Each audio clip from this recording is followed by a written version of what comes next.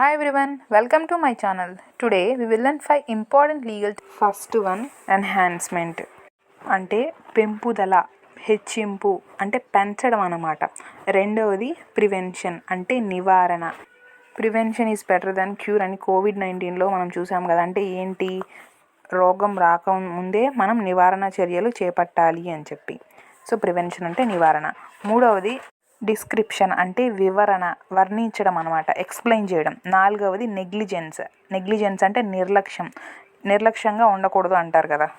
Fifth one grievous hurt అంటే తీవ్రమైన గాయం, కన్ను పోగొట్టేలా చేయడము, చెవి పర్మనెంట్గా పనిచేయకుండా చేసేయడము, ఏదైనా బోన్ విరిచేయడము, పళ్ళను విరగ్గొట్టడము, ఫేస్ కానీ హెడ్ కానీ దాని షేప్ పోవడము, ఇంకా 20 days మన డైలీగా మనం ఏం చేసుకోలేకుండా హాస్పిటలైజ్ అయ్యి ఉంటే అట్లాంటి వాటిని గ్రీవియస్ హర్ట్ అంటారు.